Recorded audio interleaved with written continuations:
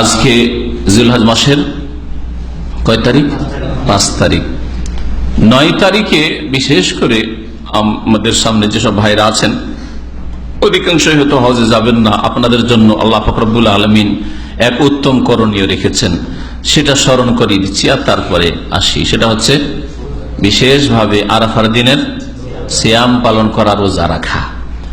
এই মর্মে আবু কাতাদা রাদিয়াল্লাহু তাআলা আনহু থেকে বর্ণিত, রাসূলুল্লাহ সাল্লাল্লাহু আলাইহি ওয়াসাল্লাম বলেছেন, সালাসুম মিন কুল্লি শাহর, প্রত্যেক মাসে 3টি করে রোজা রাখা, ও রমাদান ও ইলা রমাদান, আর প্রত্যেক রমজানে রোজা রাখা, ফাহাজা সিয়ামুদ দাহর, এটা হচ্ছে সারা জীবনের রোজা। 11 মাসে যেহেতু রমজান নেই, তো 11 মাসে 3টে করে রোজা রাখালেন, আর একটা নেকি করলে আল্লাহ কমপক্ষে কত দেন? 10 দিন। 3 10 30 পাচ্ছেন ওখানে। আর রমজান মাসটা পুরো আল্লাহ পাক ফরজ করেছেন, পুরো রোজা রাখলেন, তাহলে জানো কি হলো? সিয়ামুদ দাহর, সারা জীবন আপনি রোজায় আছেন, সারা জীবন আপনি 3টে রোজা রেখে 30 দিন যেন রোজা আছেন, আল্লাহ পাক 30 দিনের সওয়াব দিচ্ছেন আপনাকে। আর রমজান মাসে তো আল্লাহ পাক ফরজই করেছেন। এই তো হয়ে গেল যারা মাসে 3 দিন রোজা রাখে। এই 3 দিন যারা মাসে রাখেন, উত্তম হচ্ছে 13, 14, 15 রাখা। কিন্তু কেউ যদি কোনো কারণবশত না রাখতে পারেন, যে ভাই আমি কারণে পরপর 3 দিন রাখতে পারছি না, সুতরাং আমার ছুটির দিনে কখনো রেখে নেব, অথবা বৃহস্পতিও রেখে নেব, সোমবার করে রেখে নেব, কোনো অসুবিধা নেই। মাসে 3টে রোজা করলে আল্লাহ পাক আপনাকে 3 10 30 অবশ্যই দেবেন। আর তারপরে বলছেন ওয়াসিয়ামু ইয়াউমি আরাফা, আরাফার দিনের রোজা। নবী সাল্লাল্লাহু আলাইহি ওয়াসাল্লাম আরাফার দিনের রোজা বলেছেন। নবী সাল্লাল্লাহু আলাইহি ওয়াসাল্লাম এই হাদিসে বলেনি যে 9 তারিখের রোজা। সেই জন্য আমি আমার ক্ষুদ্র জ্ঞানে বলি যে আরাফার দিনের রোজা। এই কথাটা যদি বলেন আপনি বাংলাদেশে, ভারতে, যে ভাই আরাফার দিনের আজকে রোজা, লোকজন শুনলে হাসবে। আজকাল প্রচার মাধ্যমের দিন, হ্যাঁ, আরাফার দিন। তোমাদের হিন্দুও বলবে যে তোমাদের আরাফা তো কালকে হয়েছে, বলছে আজকে আরাফার দিনের রোজা, তাই না? কেমন কথা, জানতে পারছেন আপনি? তো আরাফার দিনের রোজা নবী করিম সাল্লাল্লাহু আলাইহি ওয়াসাল্লাম বলেছেন। এটি হচ্ছে সহিহ হাদিস, সহিহ মুসলিমের হাদিস।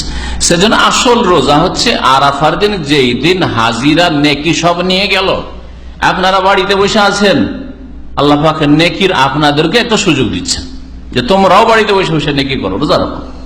আর রোজার অবস্থায় আমি দোয়া কবুল করি। আরাফা যেমন তাদের দোয়া কবুল করি, তোমাদের বাড়িতে রোজার অবস্থায় দোয়া কবুল করবো, রোজা রাখো। কিন্তু কিছু আলেমরা বলছেন না, আরাফার দিনের রোজা মানে 9 রোজা, যেখানে 9 হবে সেখানে।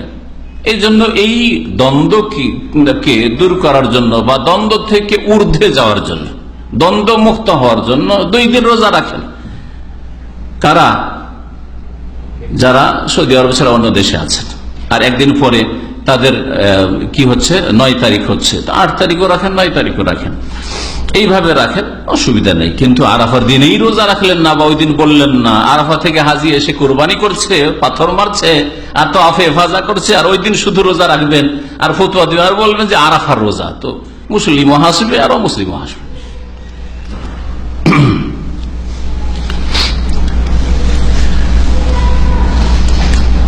বলছেন নবী করিম সাল্লাল্লাহু আলাইহি ওয়াসাল্লাম, আরাফার রোজা রাখলে আহতাসিবু আলাল্লাহ, আমি আল্লাহর কাছে আশা করি, আইয়ুকাফিরা সানাতাল্লাতী ক্বাবলাহ, গত বছরের গুনাহ মাফ হবে, ওয়াসানা আল্লাতী বাদা, আর ওই বছরের গুনাহ মাফ হবে যেটা এরপরে আসছে, মানে আগামী বছরেরও গুনাহ মাফ হবে। তাহলে গত 1 বছর আর আগামী 1 বছর, 2 বছরের গুনাহ মাফ হবে আরাফার একটি রোজা রাখলে।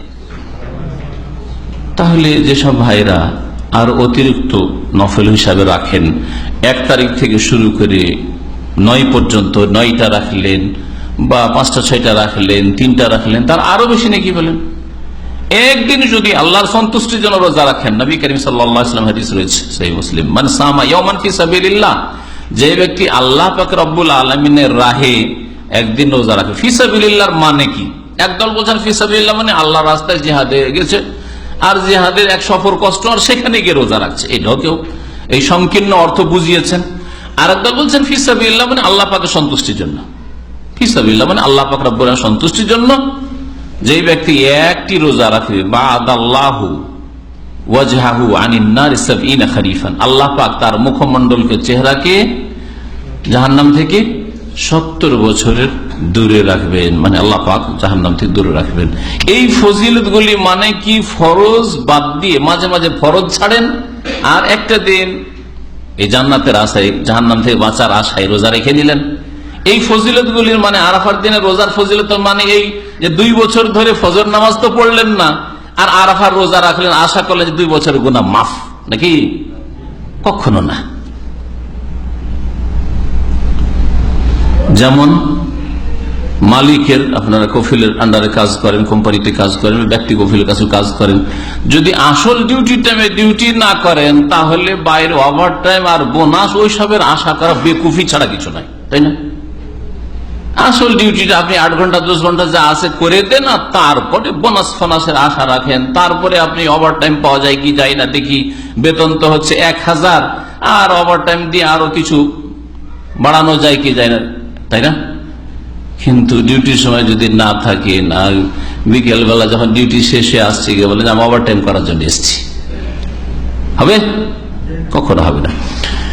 তো এই জন্য ফরজ ঠিক রেখে, ফরজ নামাজ 5 ওয়াক্ত ঠিক আছে, ফরজ রমজান মাসে রোজা ঠিক আছে, ফরজ যাকাত ঠিক আছে, ফরজ হজ ঠিক আছে, ফরজ হেজাব মহিলাদের পর্দা ঠিক আছে, ফরজ আপনার ওপর যে ভরণ পোষণের দায়িত্ব রয়েছে স্ত্রী ছেলে মেয়েদের বাপ মায়ের, বৃদ্ধ বাপ মায়ের ইত্যাদি, বা বিধবা তালাক প্রাপ্তা বোনেরা রয়েছে ইত্যাদি, যার ব্যয় বহন আপনার ফরজ রয়েছে, এই ফরজগুলি আদায় করার পরে আপনি যদি এই সুন্নত কাজগুলি করেন, অতিরিক্ত কাজগুলি করেন, নেকির কাজগুলি করেন, তাহলে গোনা খাতা মাফ হবে, ছোট গোনা মাফ হবে, আর বড় গোনার জন্য তওবা শর্ত রয়েছে। তাই আল্লাহ পাকের কাছে আশা করা যায় যে বড় গোনা যদি কারো দ্বারা হয়েও যায় তো আল্লাহ পাকের কাছে তওবা করলে, এই নেক আমলগুলি করার পরে যদি তওবা করে তো আল্লাহ পাক মাফ করবেন।